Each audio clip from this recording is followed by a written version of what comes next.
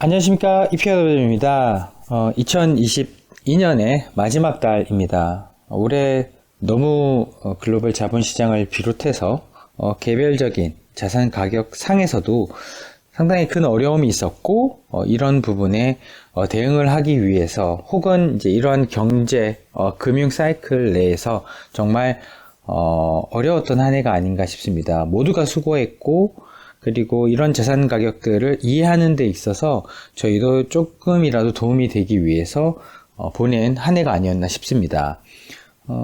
이번 프레젠테이션을 통해서 저희가 꼭 전달 드리고 싶은 부분은 저희가 3년 차에 해당되는 미국의 정치 사이클에 이제 한번 투자를 해보겠다. 그런 것들이 좋겠다라는 이제 말씀을 드리고 싶고요. 그리고 경제적인 측면에서는 이제 30년 만에 오는, 그러니까 정치가 3년 만에 오는 사이클이고요. 경제가 30년 만에 오는 사이클이 이제 도래했는데, 이런 부분을 투자하기 위해서 기본적인 키워드는 뭐냐? 이제 3년이기 때문에 4년째가 지나가게 되면 아무래도 또 대선이 옵니다. 그러니까 부양을 해야 될 것 같고요. 그리고 30년 만에 오는 경제 사이클에서는 이제 투자하는 산업의 성격이 달라지게 된다. 즉 인플레이션 자극에 따른 새로운 투자가 요구되는 산업이 달라지게 된다. 이 두 가지 포인트로 말씀을 드려보겠습니다. 일단 단기적으로 봤을 때 저희는 이 시즈널티, 즉 계절성을 좀 사야 될 것 같습니다. 왜 계절성을 사야 되냐면 단기적으로 보게 되면 저희가 이제 알고 있는 것처럼 PPI, 즉 생산자 물가 지수고요. 그리고 그 다음에 CPI, 소비자 물가 지수에 해당됩니다. 최근에 봤던 것처럼 아직 생산자 물가 지수가 시장에서 원하는 수준으로 좀 편한 구간은 아직 아니고요. 하지만 소비자 물가 지수를 봤더니 예상보다는 좀 괜찮구나 라는 평가가 최근에 이루어졌습니다. 그럼 이러한 단기적 변화를 어떻게 살 것이냐 라는 문제가 생기는데요. 보시면 6개월 기준으로 수익률을 쭉 구해 봤을 때 보시면 1월부터 6월 사이에, 2월부터 7월 사이에 이런 수익률을 구해 봤을 때 마이너스 1.3, 마이너스 0.9 이런 수익률을 구가하는데 보면 확률적으로 한 50% 정도가 마이너스 1.4%, 그러니까 떨어지는 확률을 가지고 있더라라고 보여지고 있습니다. 그럼 지금은 어디냐? 요 구간에 계신 겁니다. 11월에서 4월달, 즉 1분기에 해당되는 겁니다. 2023년의 1분기에 해당되는 거고요. 그리고 그 다음은 이제 1분기에서 2분기로 넘어가는 이제 그런 초입쯤에 있다라고 볼 수 있을 것 같습니다. 이런 단기적인 전략적인 측면에서 보시면 약 87% 확률로 12%가 오르는 전체의 1년을 통틀어 놓고 봤을 때 6개월 수익률 기준으로 봤을 때 가장 좋은 시기이기도 하고요. 12월에서 1분기 사이가 확률적으로도 가장 높습니다. 거의 88%, 87% 정도 올랐으니까요. 그러면 그 다음에도 거의 지난 분기 못지않게 확률적으로 많이 오르는 그런 시기가 되겠습니다. 따라서 지금은 자산들을 사야 되는 시기인 것이지 팔면 안 된다. 그러면은 그럼 현금을 많이 들이면 안 되냐? 그 이야기는 아닙니다. 지금 뭘 사야 되기 때문에 현금을 마련해 두면서 실질적으로 봤을 때는 전략적인 측면에서는 현금 좀 유동성을 많이 활용할 수 있는 자산들을 좀 이렇게 많이 준비를 해 두시는 게 좋겠다라는 이제 말씀을 드리는 게 오히려 정확한 표현인 것 같습니다. 그러니까 자산을 사야 되는데 현금이 있어야 사지 않겠습니까? 그러니까 비유동 자산을 지금 매도를 해서 그런 현금을 가지고 투자를 하기에 정말 좋은 시기다. 그러면 12월 달에 사야 되느냐, 1월 달에 사야 되느냐, 그 부분에 대해서는 사실 정답은 없습니다만, 일단 이번 1분기에 진입하는 이 시기는 정말로 투자하기에 좋은 시기는 맞다. 계절적으로 봤을 때. 따라서 이런 인플레이션 지표에 따라서 흔들림이 있을 때마다 잘 활용할 수 있는 그런 시기가 아닌가 싶습니다. 그럼 전체적으로 미리 결론적으로 이제 요약을 드리면 경제 사이클 측면에서는 G2에 관련된 말씀을 드릴 것 같고요. 그러니까 미국이랑 중국에 관련된 물가에 대한 말씀 좀 드리게 될 것 같고, 그리고 캐피탈 마켓, 그러니까 자본시장에 관련돼서는 각 자산들이 가지고 있는 신호에 대해서 한번 공유를 드리고, 왜냐하면 이게 2023년에 대한 맨 마지막 달에 보내는 이제 신호이기 때문에 그 부분을 좀 봐두면 좋을 것 같고요. 그리고 자산 가격적인 측면에서 봤을 때는 어떤 것들이 좀 싸고, 그리고 채권 내에서도 이제 그냥 정책적인 금리가 아니라 그러니까 신용 위험에 관련된 부분과 그리고 원자재의 가격의 어떤 현재 상황을 한번 짚어보게 된다고 한다면 이런 자산 가격의 재평가가 이런 우리가 투자를 해야 되는 전략적인 측면에서의 어떤 움직임이 어떻게 이어지는지 그런 부분을 이제 요약하면서 이 프레젠테이션을 맺어보도록 하겠습니다. 일단 첫 번째 경제에 관련된 말씀을 이제 드려야 되는데, 일단 저희는 앞서 말씀드린 것처럼 저희는 정치적인 부분과 그리고 경제적인 부분을 이 두 가지의 키를 놓고 이제 말씀을 드려야 되는데, 지금은 일단 연말부터 저희가 생각하고 있는 어떤 경제 사이클의 지금 가장 중요한 신호를 설명드린 것으로 출발하겠습니다. 그 신호는 이런 불황에 대한 서베이, 그러니까 필라델피아 연준에서 조사를 했습니다. 향후에 4분기, 4개 분기, 그러니까 1년이죠, 1년. 1년 동안에 불황이 얼마나 올 것 같습니까? 라고 물어봤더니 거의 절반에 가까운 숫자가 불황이 올 것 같다고 전문가들이 답변을 했고요. 이런 경우에서는 보면 이렇게 되는 구간이 나오게 된다. 그러니까 즉 불황이 올 것 같습니다라고 익스펙테이션이 많이 높아지게 되면 어김없이 좀 불황이 왔었고요. 이렇게 보시면 대부분 이런 서베이의 기울기가 높아지게 되면 실질적으로 이렇게 불황이 발생을 하게 됩니다. 이게 음영으로 친해진 기간이 미국의 전미경제협회에서 공식적으로 불황이라고 지정한 그런 기간이었고요. 이번에도 이렇게 또 기울기가 나왔기 때문에 불황은 올 것 같다. 그래서 사람들이 이미 불황에 대해서는 이미 준비가 되고 있는 것 같다라고 봐주시면 되겠습니다. 그러면 문제는 지금 이 불황에 있어서 가장 큰 트리거는 시장의 정책적인 금리가 올라오게 된 부분인데요. 그럼 왜 금리를 올렸냐? 아무래도 인플레이션 때문이었죠. 미국 같은 경우는 경제의 한 70%가 소비가 해당되는 부분이고요. 즉 물가에 있어서 가장 중요한 CPI입니다. 그래서 CPI 데이터를 PPI보다 훨씬 더 중요하게 여기고 있고요. 중국 같은 경우는 아무래도 세계 공장 역할을 여전히 어느 정도 하고 있기 때문에 생산자 물가의 키 컴포넌트를 보시는 게 맞겠다라고 이제 설명을 드릴 수 있을 것 같습니다. 그러니까 생산을 통해서 그 다음에 이제 소비로 이어지는 이제 그런 사이클을 생각해 보시게 된다고 한다면 중국의 이런 PPI의 이런 하락은 당연히 이후에 오는 미국 CPI의 하락을 가져올 수밖에 없습니다.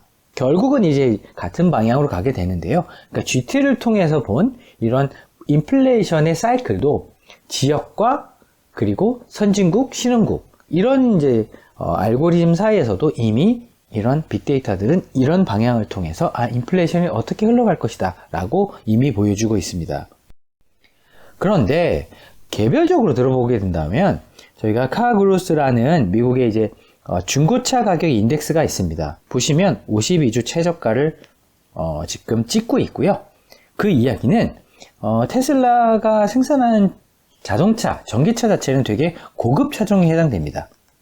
고급 차종에 해당되는데 이 테슬라 가격은 사실은 이제 생산이 어떤 원활하지 않다 보니까 생산 제약이 있어서 중고차 가격이 상당히 당연히 테슬라는 신차도 사기가 어렵지만 중고차도 사기가 어려웠었거든요. 근데 이 테슬라 가격 자체도 예전 같지 못하고 가격이 떨어지고 있다. 그 이야기는 갑자기 주식 이야기를 드리게 된다고 한다면 물론 앨런 머스크가 트위터를 인수하면서 발생한 이슈도 있겠지만 본질적으로 이런 테슬라가 가지고 있는 이러한 자동차 가격 자체가 직접적인 영향도 받고 있다는 부분을 동시에 보시면 훨씬 더 주가도 이해하고 경제 자체를 이해하시는데 도움이 될 것 같습니다. 그러면 이번에 공급망 사이클 때문에 자동차 생산이 어려워지고 그리고 그 공급망 이슈가 중고차 가격의 문제로 넘어가게 되고 중고차 가격이 그러면 급등하면서 인플레이션이 시작됐구나 모두가 이제 인정하게 됐는데요. 그런데 맨 마지막에 오게 되니까 이런 인플레이션 때문에 결국은 사람들이 저희가 사야 되는 사실 그 물건들의 가격은 오르고 임금이 안 오르다 보니까 되게 고통을 많이 받게 돼서 당연히 임금을 올려달라고 요구하게 됩니다. 그러면 제일 마지막에, 그러니까 인플레이션에 있어서 가장 마지막에 오는 충격이 노동시장인데요. 이 노동시장의 코스트, 즉 노동 비용에 관련된 부분이 가장 인플레이션 사이클 맨 마지막에 오게 됩니다. 그러니까 고통을 받게 되는 거죠. 근데 지금 최근에 보게 되면 이제 급격하게 떨어지고 있습니다. 따라서 이런 부분은 아무래도 저희가 이런 부분을 거의 이제 인플레이션이 끝에까지 왔구나라고 이제 저희가 이해할 수 있는 힌트가 될 것 같습니다. 그러면 뭐 경제 관련돼서는 저희가 지금까지 잘 살펴봤는데 앞서 말씀드린 것처럼 G2의 어떤 펀더멘탈 그리고 인플레이션에 해당되는 부분을 보셨기 때문에 이런 시장에서의 어떤 움직임 자체가 실질적인 자산 가격으로 넘어갈 때 어떤 영향을 주는지 한번 짚어보면서 말씀드리겠습니다. 자, 그럼 실물 자산 가격에 있어서 가장 큰 문제, 이 인플레이션의 가장 큰 문제는 아무래도 공급망 이슈였습니다. 즉 배달이었죠, 배달.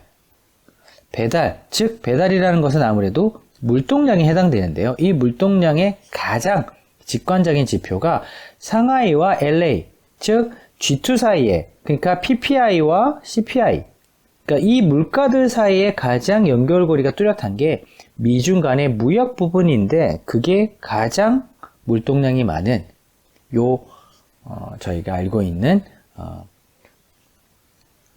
저희가 컨테이너 화물의 운임 지수를 보시면 바로 이해가 되실 겁니다. 작년 대비해서 거의 80% 빠졌습니다. 즉 이제 공급망 이슈 때문에 뭐 문제가 될 거다. 사실 가격이 많이 빠졌다는 것은 공급은 많이 되고 있었고 수요가 그만큼 따라오지 못했기 때문에 가격이 많이 빠진 것인데, 그러면 공급망의 이슈는 더 이상 이슈가 되지 못한다. 그러니까 인플레이션을 일으키게 됐던 그 원인 자체가 이제 너무 희미해졌다라고 볼 수 있는 부분이고요. 그러면 시장에서 이런 실물적인 인플레이션에 대한 요인이 어느 정도 사라지고, 그리고 이번 사이클의 독이라고 할 수 있는 페드, 미 연준이 언제까지 금리를 올릴 것이고 언제부터 금리를 내릴 것이냐라는 부분이 있는데요. 보시면 이게 2분기 정도 됩니다. 미국에 2분기에 한 5% 가까이 금리를 올리게 된다는 것이고, 현재로부터 한 50bp가 추가로 올라간다. 그리고 이 12월 달에 금리를 올리고 나서 추가로 올라간다고 보시면 되겠는데, 보면 3분기에서 4분기 사이에 금리가 살짝 떨어지게 됩니다. 그러니까 이건 이제 미국의 전문가들의 컨센서스라고 봐주시면 될 것 같고, 그러면 보시면 약 35bp, 0.35%가 차이가 나는데요. 0.35%는 보시면 그럼 0.5%를 올리는데 약 70%의 확률로 사람들이 생각을 해서 곱하면 0.5 곱하기 70% 곱하면 0.35 정도가 된다. 그러니까 사람들은 한 70% 가까이 확률로 50bp를 내리겠구나. 언제? 내년 하반기에. 그러면 인플레이션의 가장 큰 요인이었던 공급망 이슈가 해결이 되고, 그리고 시장에 있어서, 자본시장에서 가장 문제가 되는 금리도 이제 해결이 되고, 그러면 이제 좀 자산을 투자해야 되는 시기가 다가올 수도 있을 것 같다라는 부분을 여기서 캐치하실 수 있게 됩니다. 그러면 문제는 이런 이제 경기 사이클에 대해서 이런 식으로 이제 저희가 한번 해석을 해봤는데요. 그러면 개별 종목 기준으로도 현상들이 나타나고 있습니다. 그러니까 디즈니 주가입니다. 디즈니 주가. 디즈니 주가가 고점 대비해서 거의 57%, 거의 60% 가까이 떨어졌거든요. 소위 말해서 신경제, 컨텐츠라고 하는 것들, 그러니까 무형의 자산들이죠. 이런 무형의 자산들에 대한 높은 가치가 뭐 디즈니, 넷플릭스부터 해서 뭐 아마존, 뭐 다양한 이제 기업들이 있는데요. 그 기업들 중에서 대표적인 옛날 컨텐츠와 새로운, 그러니까 신과 구의 컨텐츠를 다 가지고 있는 회사가 디즈니고요. 지금도 이 컨텐츠를 생산하고 있습니다. 그런 부분에 있어서 예전과 같은 평가를 받지 못하는 구간에 진입했다. 즉, 소위 말해서 신경제라고 부르는 이런 구성의 원들에 대한 시장의 평가가 다시 냉정해지기 시작했다는 힌트를 여기서 볼 수 있고요. 그리고 어디서 이제 공매도가 숏셀링이 많이 나타났는지 봤더니 미국 국채 2년물에서 안전하다고 생각하는 미국 국채 2년물에서 공매도가 많이 나타났습니다. 좀 극단적이라는 거죠. 그러니까 미국 채권에 대해서 가장 높은 공매도 비율을 보이고 있습니다. 또한 주식시장에서도 풋 코릴레이션은 풋은 이제 가격 하락에 베팅하는 거고요. 콜은 가격 상승에 베팅하는 건데 그 둘 간의 비율이 보면 극단적으로 많이 높아졌습니다. 즉 주식시장에서도 이제 하락 베팅이 엄청났던 거죠. 그러니까 채권에 있어서도 극단적이고요. 주식의 하락의 베팅에도 극단적인 그런 구간의 시그널을 시장에서 지금 이미 보고 계십니다. 그러면 이러한 사람들의 어떤 움직임, 투자자들의 움직임이 자산의 가격 측면에서 어떤 방향으로 지금 영향을 끼치는지 이번 장을 통해서 공유 드리겠습니다. 자, profit taking. 그러니까 주식 시장에서 이제 차익 실현이 나오기 시작했습니다. 생각해 보시게 되면 올해 2022년은 상당히 이제 주가가 좀 안 좋았던 시기인데요. 보면 그래도 3분기 전후로 해서는 좀 주식을 사람들이 많이 샀습니다. 그러다 보니까 4분기에 들어와서 처음 11월부터 매도가 좀 나타났는데요. 이런 부분에 수익을 좀 내거나 아니면 연간으로 그래도 약간 리커버 랠리가 나왔을 때 좀 손해진 부분을 차익 실현하려고 드는 것 같습니다. 그러다 보니 이게 계절적으로 12월 달에 좋다고 했는데 라는 부분에 그 효과가 정확하게 드러나지 않는 것들이 이러한 요인이 좀 크게 작용하고 있는 것 같습니다. 아직 수급이 조금 불리한 부분이 분명히 있다. 따라서 유동성을 확보할 수 있는 기회가 생겼다라고 좀 느껴지게 된다고 한다면 이번 이제 내년 1분기를 위해서 조금 좀 비유동, 거래가 잘 안 되는 자산들 좀 팔았다가 이런 자산 가격들이 조금 메리트가 생겼을 때 혹은 지금부터라도 서서히 매수해 나가는 그런 이제 시기를 이런 자금을 통해서 이해할 수 있게 됩니다.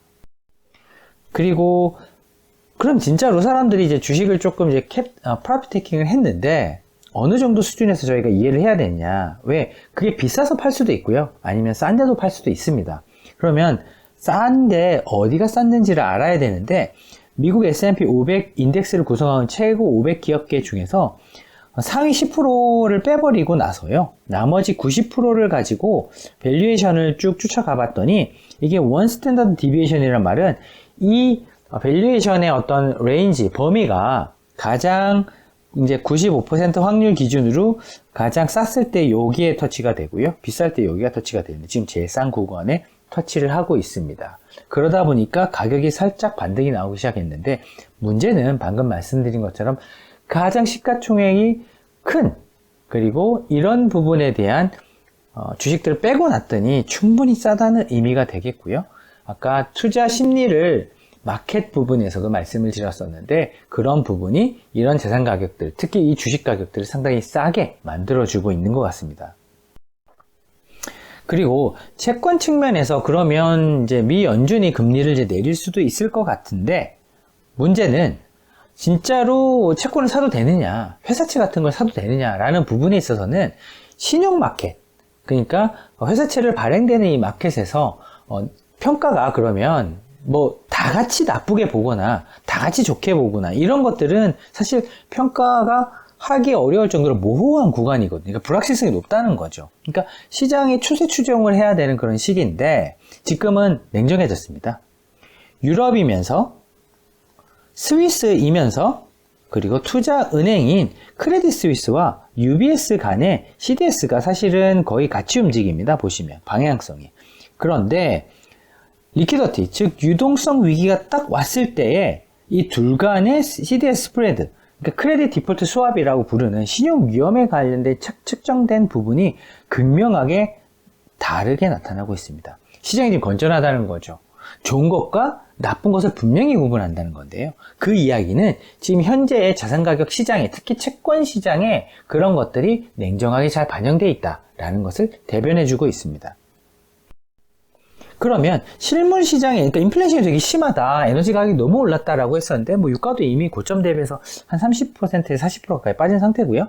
원자재 가격 역시도 마이너스 한 25% 정도 빠져 있는 상태입니다. 그런데 지금 보게 되면 최근에 가격 변동성이 많이 줄었습니다.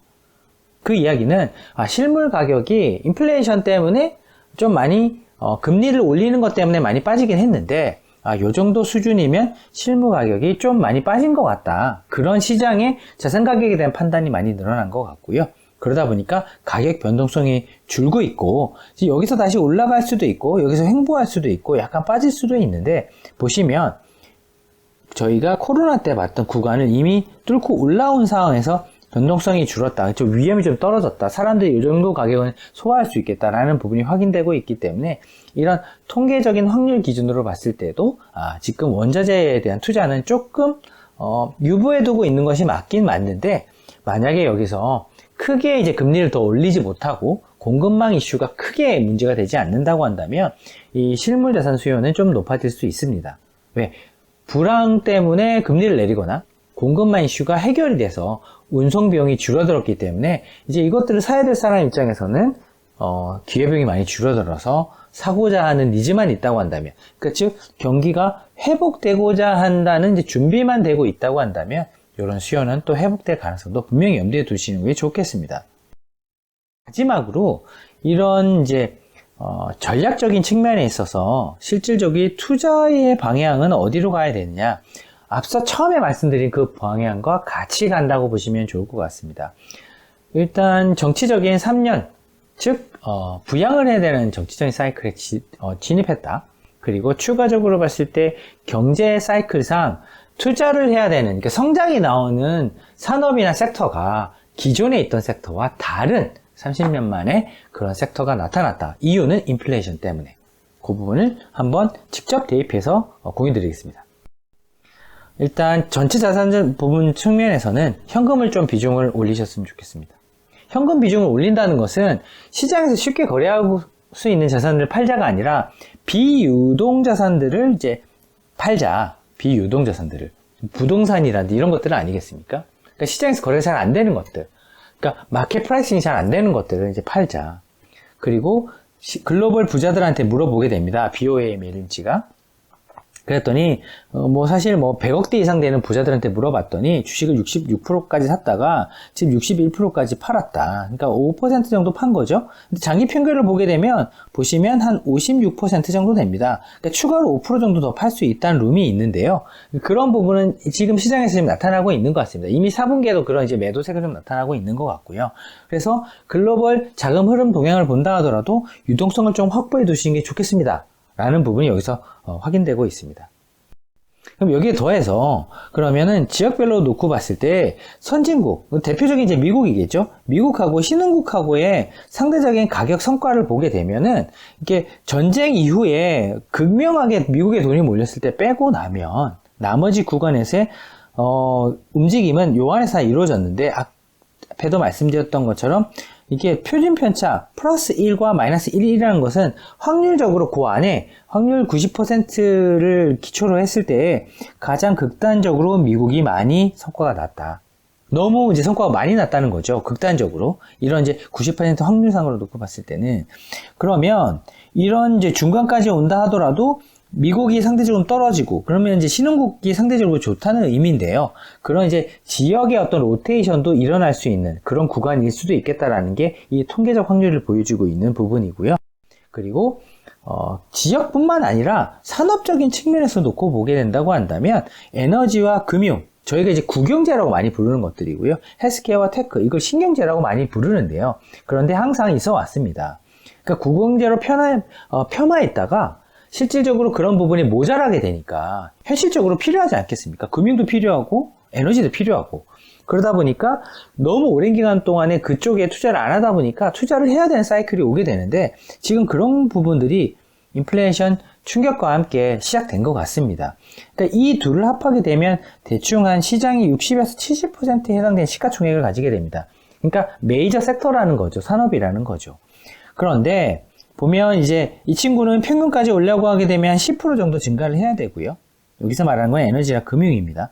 여기서는 이제 헬스케어와 테크 같은 경우는 이 평균에 올라고 하게 되면 마이너스 10%를 팔게 되는데, 그 정도의 움직임이 산업 간, 섹터 간의 움직임이 나타날 수도 있겠다라는 부분이 여기서 확인됩니다. 그러면 마지막으로, 그러면 2023년을 앞둔 2022년 연말에 그러면 글로벌 자금의 흐름을 놓고 봤을 때 자산 배분이 어떻게 흘러가고 있는지, 어떻게 하는 것이 맞는 것인지, 시장의 어떤 정답은 아니겠지만 흐름은 어떤 것인지 한번 보시겠습니다. 주식을 더 팔고 있지는 않는 것 같습니다. 이미 유동성을 많이 확보를 하고 있고요. 유동성을 계속 확보하고 있는 구간인 것 같습니다. 하지만 채권은 많이 팔았고요. 여기서 말하는 건 주로 국채를 말하고 있습니다. 소버린이라고 부르는 것들인데요. 크레딧은 이제 저희가 알고 있는 회사채에 해당되는 것이죠.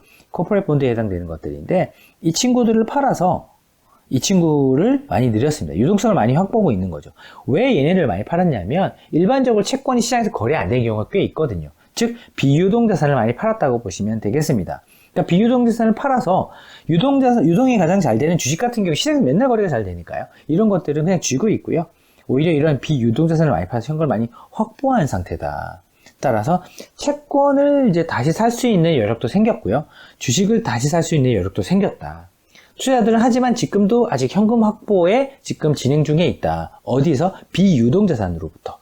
따라서 이런 단순하게 시장에서 거래가 안 돼서 가격이 확인이 안 되는 것들은 일단 매매가 가능하다면 사실은 유동자산으로 바꿀 수 있는 현금으로 일단 전환을 했다가 만약에 그 자산들을 거래할 수 있게 됐을 때에 좀 편입을 해도 되겠다. 즉 자산 배분의 전략이라는 것이 단기적으로 봤을 때는 그러면 어떻게 해야 되느냐.